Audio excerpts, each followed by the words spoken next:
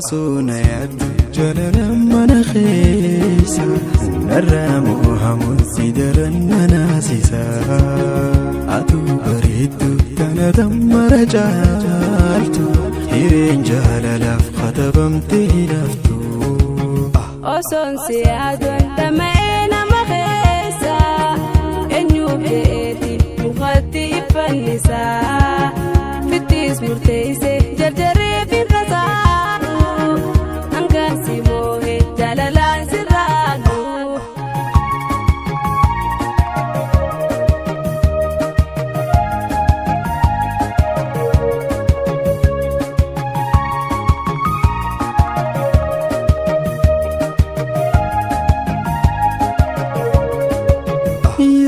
Rabbina naafisi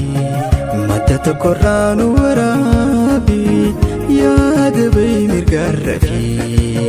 jeetiin qaleessa si hime gaarri shoorra haalli kee insese qaba shaasha namaati yoo bifa bareeda kee dumbusha azeeba birraati waa hedduu daanii namiite haddaan takkaan gurre nagarsiifte waa hedduu daanii namiite haddaan takkaan gurre nagarsiifte jaalaltummaan baanansu yoo kana taate lammata waan jaaladhu jiilana taate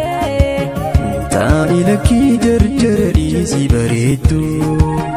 hanga jiruun teenya waliin nu qajeeltu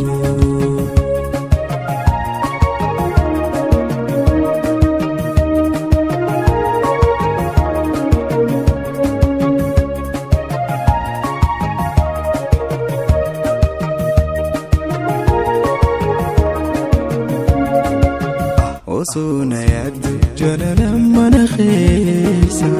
narraa mo'amuun si daran nanaasisa atuu bareeddu tana dammara caaltu hireen jaalalaaf katabamtee laftu oson si yaaduun tama'ee nama keessa eenyu beeti mukatti ifannisa fittis murteesse jarjaree firrasaanu hangaan si moohe jaalalaan sirraanu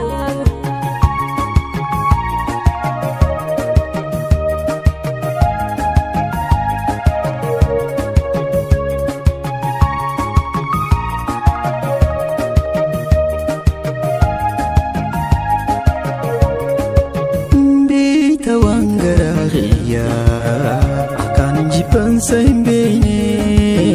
naaf hubattu maal qaba rakkina kiyya yaa onnee yaa meessa jaalalaa jeeti maqaa si mukaase jaalalaaf osoo rabbiin sumana hirreen na milkeesse waa hedduu daanii namiite haddaan takkaan gurre nagarsiifte waa hedduu daanii namiite haddaan takkaan gurre nagarsiifte jaalaltummaan baanansu yoo kana taate lammata waan jaaladhu jiilana taate taa'ii lakkii jarjara dhiisii bareeddu hanga jiruun teenya waliin nu qajeeltu